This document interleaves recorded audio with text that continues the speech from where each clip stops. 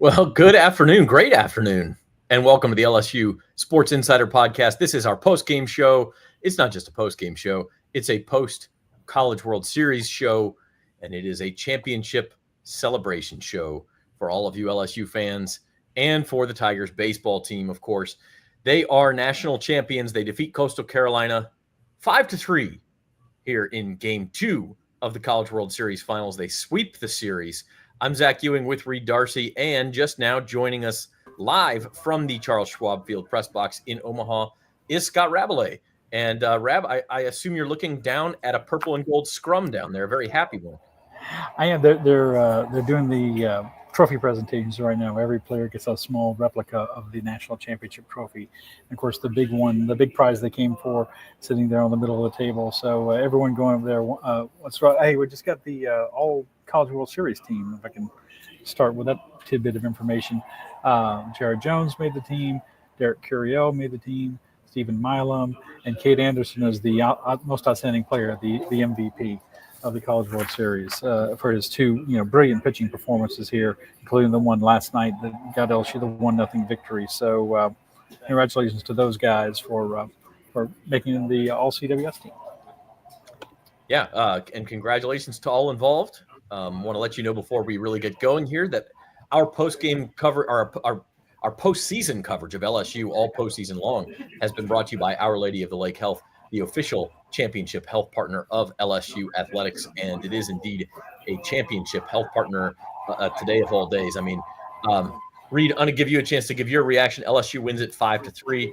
Really following the recipe they followed all season long and all postseason long is just strong starting pitching, clutch hitting, and then shutting it down in the bullpen. Yeah, if LSU is going to win, this is the way that they had to do it. This is the makeup of the team. They got your two starting pitchers who can get you through 7, maybe 8 innings on any given day, and then after that, you got hitters meant to take advantage of situations when runners are on base or in scoring position. And it played out to a T this weekend. Cade Anderson gave you 9 innings of scoreless baseball yesterday, and then Anthony Eyanson gave you a little over 6, and that's all really LSU needed. And I think a few big swings today brought in runners from scoring position, and that's really all it took. So I think in 2023, it was star power, it was heavy hitting, obviously with Skeens and Cruz and all the big time hitters they had. This time it was a little more of a balanced team that really took advantage of its opportunities. Grab, I want to ask you about this game, but also more about the historical context here. I mean, LSU won 5 national championships between 1991 and 2000 with Skip Bertman, who's down there on the field. Yes. Omaha, which is amazing. Obviously, probably will never be replicated. I am going to pose the question to you, or the argument to you, that 2 and 3 years in the modern era of college baseball is pretty close to that impressive. I mean, I think it's a lot harder to kind of become a dynasty in this day and age. Maybe that's too big of a big picture question to start with, but I want to see what you think about that. Well, first of all, 8 titles overall. Southern Cal has 12. LSU is the second most all time, but LSU's have been won in a much more competitive era since 1991. And like you said, to win 2 out of 3 now, yet again, an SEC team wins the national championship. You've had multiple teams. When LSU won their first one, only Georgia had won the national championship. When LSU won in 91. And so, much more competitive era overall for LSU, much more competitive era, that Jay Johnson's coaching in. And, it all leads you to expect some confetti is blowing my way. It's pretty cool looking. It's blowing on this really strong wind, this shiny confetti. But it's all done in this era that's hyper competitive now. And to win 2 out of 3, is remarkable. It's the best program in college baseball. You can't. I mean, it's easy to make an argument and say, well, is that? It is the best program in college baseball. The results on the field, and Jay Johnson is doing something. It's harder than when Skip Bertman won the 5 and 10 years. It is. And he's the quickest coach to win 2 college baseball national championships at a school, 2 and 4 years. It's pretty impressive stuff. Yeah, I mean, no doubt about it. And I, just as far as today's game goes, Anthony Eyanson, 6 1/3 innings. He strikes out 9, gives up 3 runs. He did give up the 2-run homer right before he left. But then Chase Shores comes in and he gets 8 outs, 4 of them via strikeout. Only gives up the 1 hit, gets the double play to erase it in the 9th inning. I mean, that's what this LSU team was built on. Is it's pitching more so than a lot of college baseball teams can be built on. It didn't even need Case and Evans. I thought there was a possibility that he would come in. He's 3 pitchers in this series. It looked like he was warming up just in case they needed him. But I mean, with Chase Shores throwing as well as he was, there's no point in taking him out and making a pitching change there. So they only needed 3 pitchers to get through this. Chase Shores was great. They didn't even need to use Case and Evans. So I thought sure they were going to do that, though. I thought they were going to go to Shores and then have him as the bridge to Evans. But I looked. When in the bottom of the 9th, I looked at the bullpen and they're just kind of soft tossing out there. I mean, no one's going hard. It's like it was Shores' job right away and to get out of the game to end it. And of course, they ended it with a double play, and he's throwing 100, 101 consistently. And he goes to win a game of it. After all the hullabaloo and all the craziness, they to start the game, they made a game of it, and they held LSU down after that 4-run uprising the Tigers had in the 4th inning, and with a couple of home runs by the guys in the bottom third of their order, and they didn't quit. It was 2 tough games that LSU had to win, but in the end, LSU, as y'all said, just that combination of timely hitting and excellent pitching all season long, and it spelled another championship for the Tigers. Yeah, I mean, just absolutely incredible. We should mention the hitting, because LSU got almost all of its offense in 1 inning. They did get a run in the 3rd inning on, I don't know. I guess RBI double from Ethan Fry was really a misplayed ball in left field, as we see so often in Omaha, that tied the game at 1. And then it was the 4th inning where LSU explodes. A 2-run single from Chris Stanfield with the bases loaded. And then later in the inning, a 2-run single from Derek Curiel. It's 5-1. We haven't even mentioned Coastal Carolina getting its manager ejected in the 1st inning. We'll get there, don't worry. But that really felt like, with LSU's pitching, and credit to the Chanticleers for making it interesting in the end. But I mean, it really felt like at that point, Reed, this thing we were just counting down outs then with a 4-run lead in this pitching staff. Couldn't have asked for a better start. They chased Jacob Morrison out the game pretty quickly. And that's the advantage that Carolina had. It had one of the best pitchers in the country before today. Jacob Morrison was 12-0 with a 2.0 something ERA, right? So today he gave up 5 earned runs. That was a season high for him. He hasn't surrendered that much offense at all this year. And it looked like he was having trouble with the communication in his ear. The head coach gets tossed and all that, so he had some things to work against there. But LSU's hitters did a great job before Chris Stanfield had the single to score 2 runs. Jake Brown walked, Jared Jones hit a line drive single, and then Luis Hernandez took a hit by pitch.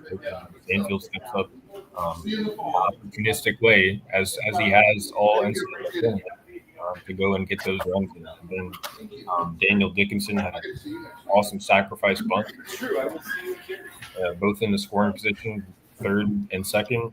And then Derek Curiel, the freshman, steps up in the big moment and comes through with the hit that pretty much gives LSU firm control of the game and then puts it on track to win a national championship. Pretty impressive stuff there. And let me say, Zach, Coastal Carolina had a lot of reason to still have confidence coming into this game. They lost last night, but it was only 1-0. Their starting pitcher last night, Fluky, had an excellent game as well. And then they're coming off this long 26-game winning streak, and they're going with their ace, their best pitcher, Morrison, 12-0 on the season. And but LSU does what you want. You get to the bullpen. Now, they didn't score off their bullpen, but they did get Morrison out of the game. He gave up it was his shortest outing, gave up his most runs of the season, in the entire season. And it was, again, following this. It almost seems like LSU follows a script, and timely, some timely hitting, some great pitching, some great defense, and it's going to add up to a lot of wins, and in this case, added up to a championship. Yeah, no doubt about it. By the way, we want you all to be a part of the celebration here. We saw Linda's comment. Leave your comment congratulating the Tigers or giving your thoughts on the game, and we will show them all on the screen here. There's one from William. Go Tigers. Obviously, this doesn't come around all the time. Although, like, if you're an LSU fan, it has to start to feel like, I mean, I know that 2023 was their first title in 14 years. It had been a little while, but this is now, what, if I'm doing my math right, 8 titles in 34 years, which is, like just over every 4 years you get a national championship. That is unbelievable. I mean, that's in this day and age of parity in college sports, and everybody's throwing money at every program and trying to get players, and nowadays buy players and build facilities and all that kind of stuff to compete and excel at that level over that long of a period of time is incredible. So your comment, and I also just, like the dominant run here, okay. And Rab, you let me know when you need to go, because I know you may have some post-game duty. Yeah, you're gonna have to head out in a few minutes. Yeah. Okay, but I'm going to give you a chance then to give me your final thoughts here before we let you go, and we won't be around forever because all these guys have writing to do. But LSU is 10-1 in this postseason. Their only loss was to Arkansas Little Rock. They were then down 5-1 in the second inning the next day against Arkansas Little Rock. But other than that little 11-inning blip where it was like they forgot who they were, they barely trailed in this postseason run. They didn't trail at all in the regional outside of those 2 games. Didn't trail at all in the super regional. And only against Arkansas on Wednesday did they trail I guess they trailed real early against UCLA, but by the end of the first inning, they had the lead back. So, I mean, it was almost like it was predestined. It's not like this was by far and away the number 1 team in the country, but once it got to the postseason, nobody could stand in their way. Yeah, in this game, they obviously Coastal scored first, and then LSU came back and tied it.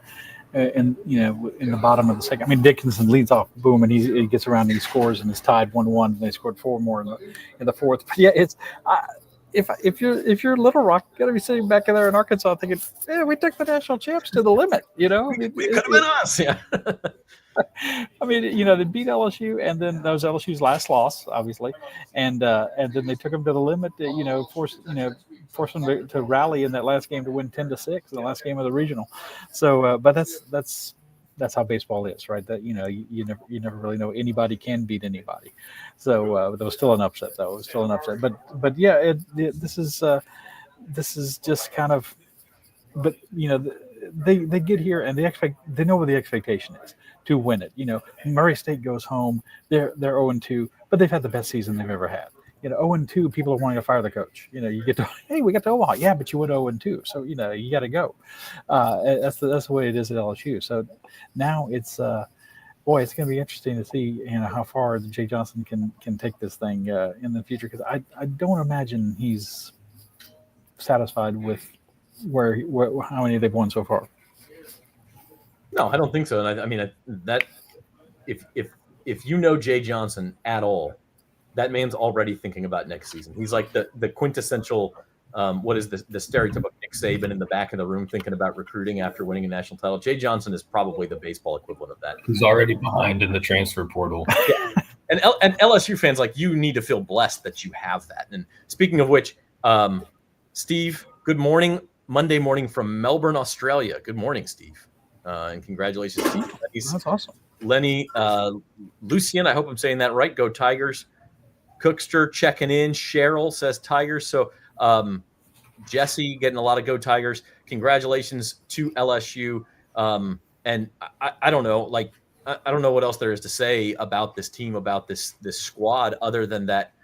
There will be changes. There are always changes, Rab, and we'll let you go with that thought. I know Kate Anderson and Anthony Eyanson are going to be drafted. Jared Jones probably going to be drafted. You're going to see a lot of differences. But there were a lot of differences on this year's team, and LSU just kind of keeps going. Yeah, 12 players returned from last year's team that almost got to host a super regional. Lost that lead in the ninth to North Carolina in the regional final. The beat goes on. The expectation won't change for next season. They're gonna raise another flag in Championship Plaza in front of Alex Wax Stadium and put another monument to a national champion. And they're going to update the Intimidator, and they're going to say, go do it again. And that's going to be the expectation for this program. There is no program that LSU has that has to live up to a higher standard than the LSU baseball program. That is what Skip Bertman created. That's what Coach Paul Maneri continued. That's certainly what Jay Johnson has continued. And one last thing I want to say about Jay Johnson. Scott Woodward told me after they won the Super Regional, he was the best interview he's ever had. And consider some of the coaches he's interviewed at Washington and at Texas A&M and at LSU. He was most prepared, and he said everyone in the room knew he was the guy. And I couldn't get him to say what I've also heard that he has told people that when he got him, he thought, I think I've got a baseball Nick Saban here. And I've heard that he has said that. And so Jay's got brings a bit of a football mentality to baseball, but he's been up to the task that has been set down before him, and willingly embraces it. And that's what's impressive. And this team, I think, one last thing, Zach, I think probably for a lot of people, this team is going to suffer by comparison to the 23 team because of the star power, right? Paul Skeens and Dylan Cruz and some of those guys. I mean, they were the top 2 picks in the draft 2 years ago. But the standard is all you can do is be the best team in your year, in your time, and they lived up to that standard. And by that standard, it's greatness. It's a great LSU baseball team, and takes this place along with 7 other great teams that they've had. Yeah, no doubt. And Rab, I did want to ask you one more question before you leave. Just a couple of reminders as we because I know that Reed is going to offer the rebuttal here. But you thought the ejection of Coastal Carolina manager Kevin Schnall and first base coach Matt Schilling in the first inning. Everybody who watched the game knows what we're talking about. Arguing balls and strikes. It started with Schilling at first base. The umpire gives them warnings. Schnall won't go back in the dugout. He ejects both of them very quickly. You felt that was justified. It's harsh. I agree. And given the context of this game, this setting, the national championship, you're playing for the national championship. But he was warned. He was warned at least 3 times by the home plate umpire, Angel Campos. And he kept on coming. And he's doing this. He's doing 3 times. Like, you've missed 3 pitches. You've missed 3 pitches. So that's arguing balls and strikes. And it's continuing arguing balls and strikes. And they wouldn't have coached if they forced a game tomorrow. And they will not coach the first couple of games of next season. Now, it's kind of harsh, but I think it was justified. You can't go out there and argue that much. You can't let the umpire can't be allowed to lose control of the game like that, especially at the beginning. All right. That is one viewpoint. And Rab, we'll let you get going. We know you have a column to write. You can read that at theadvocate.com/LSU and in tomorrow's Morning Advocate. So thank you, Scott. I couldn't disagree with you more, Rab. And unfortunately for Rab, Reed's going to get the last word here. Yeah, I mean, I think I'm on your side, Reed, but go ahead. Yeah, I mean, it's, the Kevin Schnall did put himself in that position to get tossed. He risked it.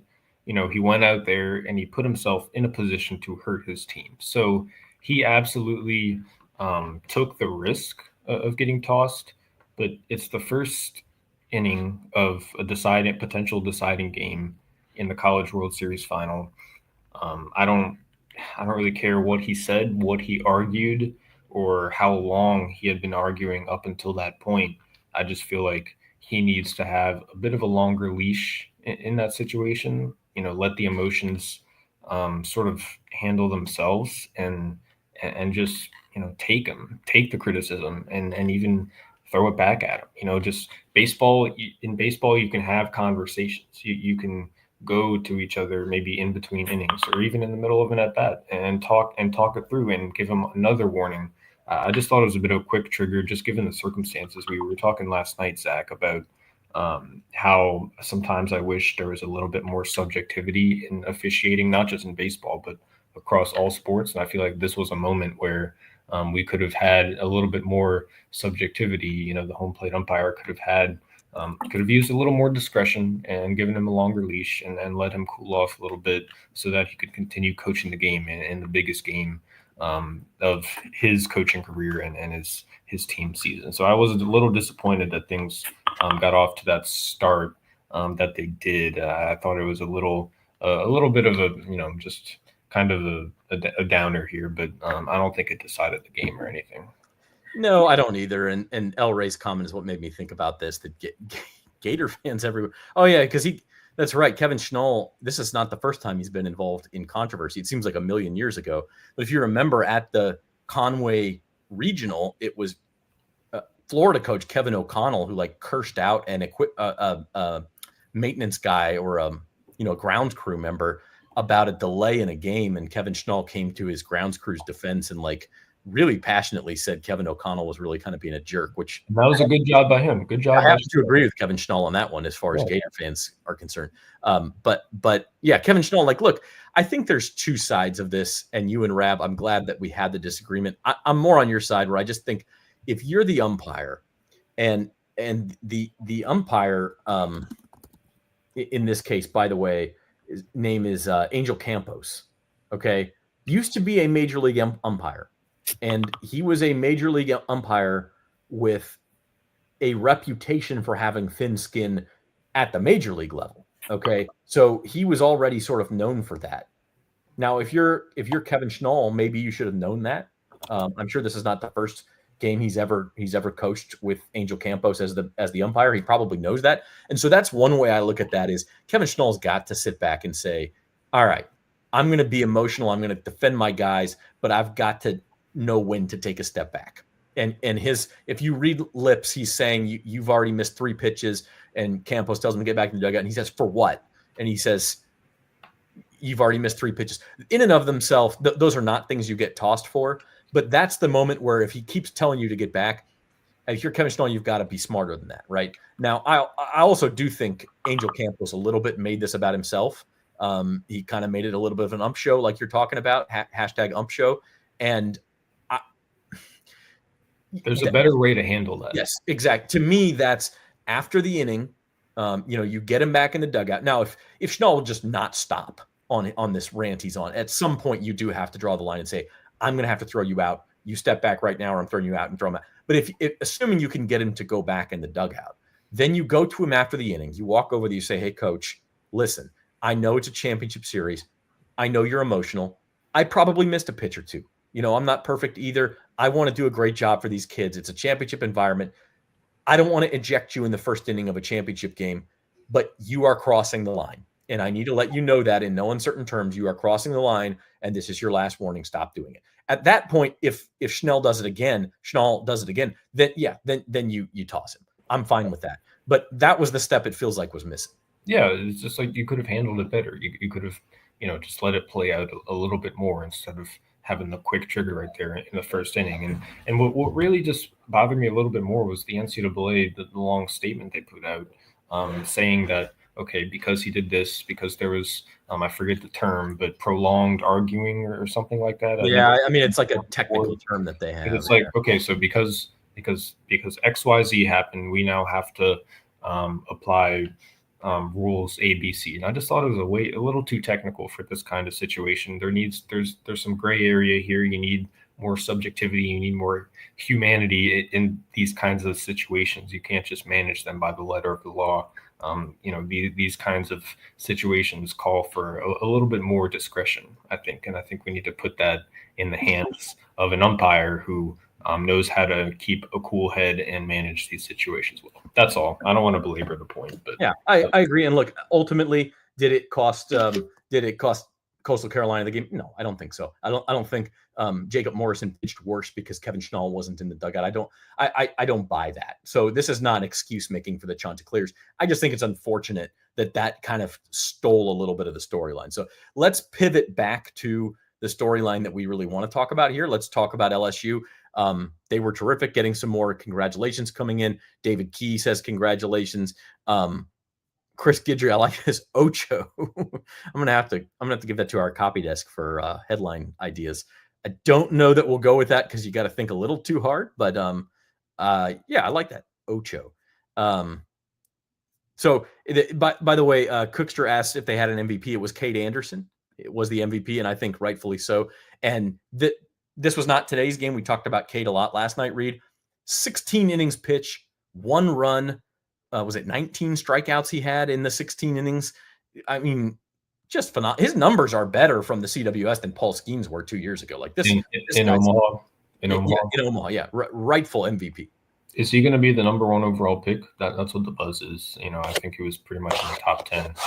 Yeah, I think it's a year where like there's a lot of guys who could be, right? And if you have a big performance on a big stage like that, it could definitely convince somebody. And I don't even know who has the number 1 pick.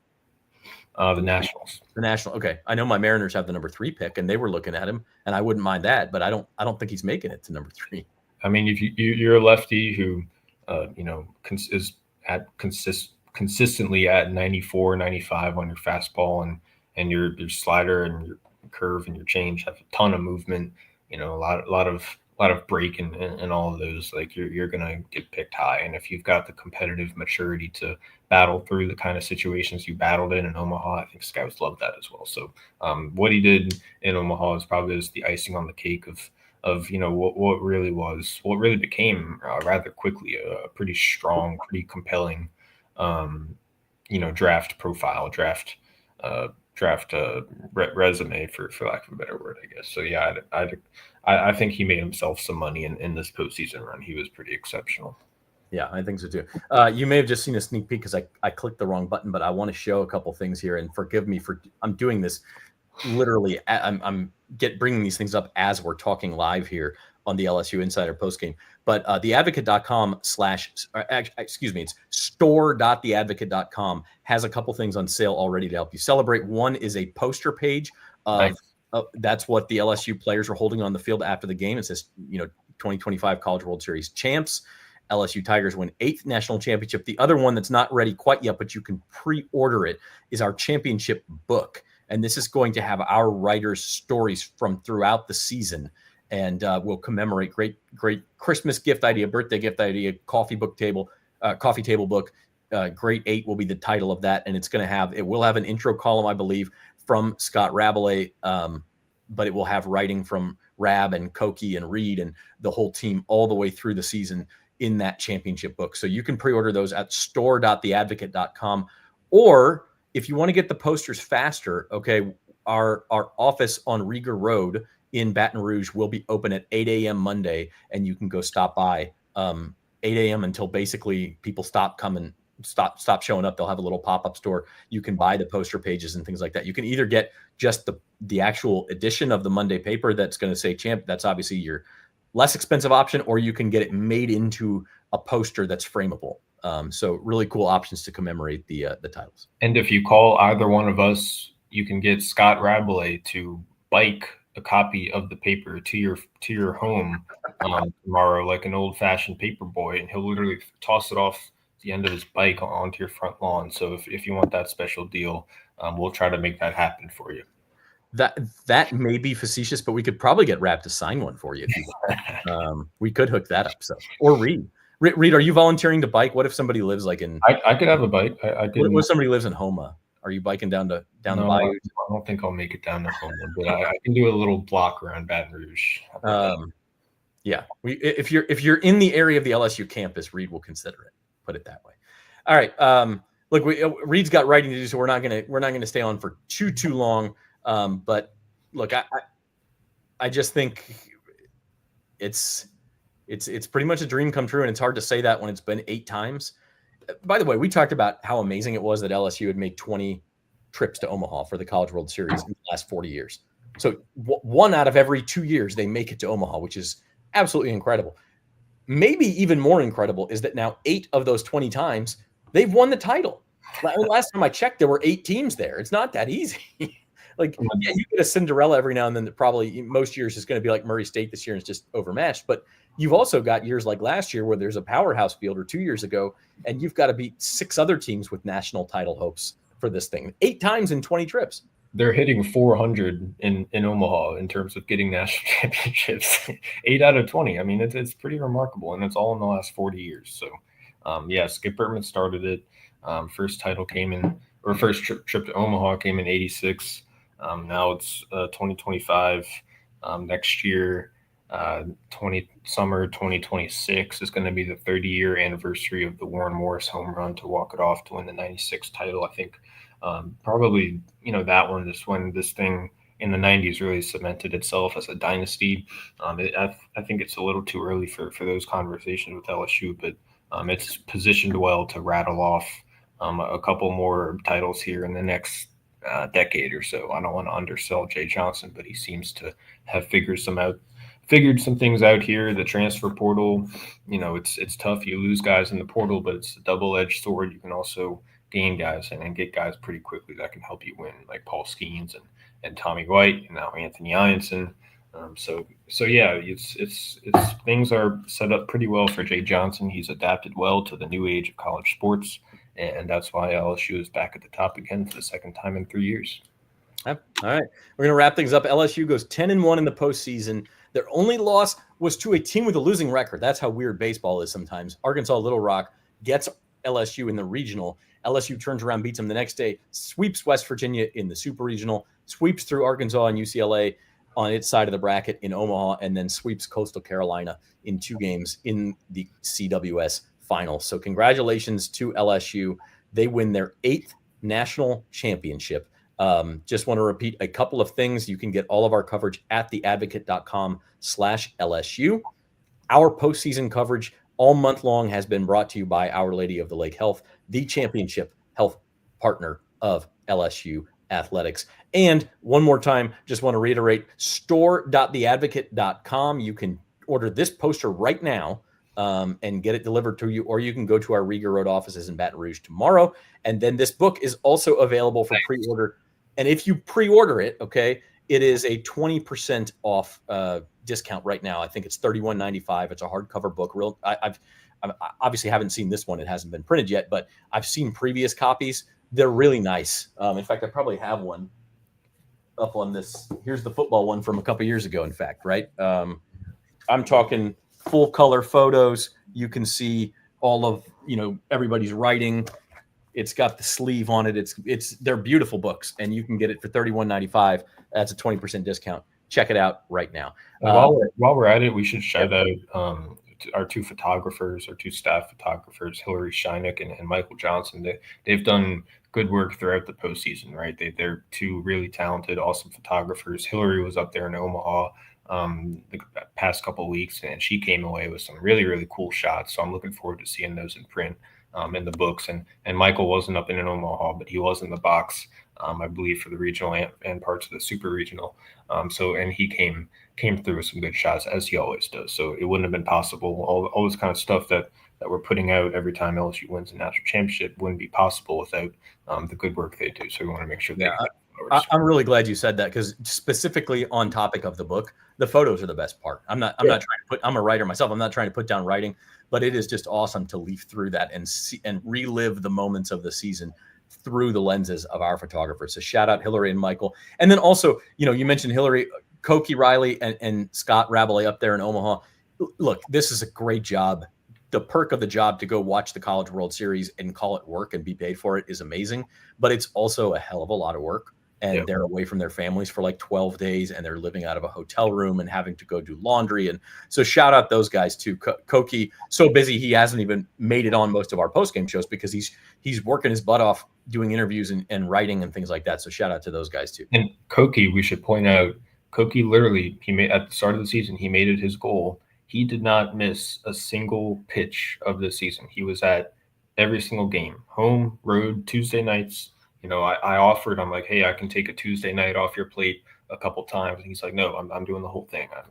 I tried to talk him out of it. He wanted to do it. That's how dedicated he is. That's how much he loves baseball. So he deserves tons of credit as well for all the hard work he does. His work is fantastic. And LSU baseball fans are really fortunate to have not only him, but, a place that really pours as much resources into this college baseball program and the fans that care about it so much as much as this paper does. So really proud to be a part of it, small part of it. Absolutely. Well said. And yeah, Koki gives you major league quality beat writing for LSU. And I know it's a major league quality fan base too. And Jesse's good comment here. He's seen a lot. He's seen Todd's walk-off in 93, Warren Morris in 96, and says this might be LSU's best team of all. Maybe a little recency bias there, Jesse, but we'll let you have that one on this day. Yeah, and talking about Koki, 66 games LSU played times 9 innings, and we'll throw in that's 594. There are a few extra inning games. Let's make it an even 600 innings. How many pitches is that? Thousands and thousands of pitches. I don't know. Rain delays. He waited at all the rain. Lots of hours of rain delays. So many rain delays. So. Thanks to Koki. Shout out to him and all of our team in Omaha. Check us out, theadvocate.com/LSU. Check out store.theadvocate.com for posters or books, or come in person to the Riga Road office in Baton Rouge tomorrow. For Reed Darcy, I'm Zach Ewing. Congratulations to LSU. National title number 8. And our post-game show has come to an end. Thanks, everybody.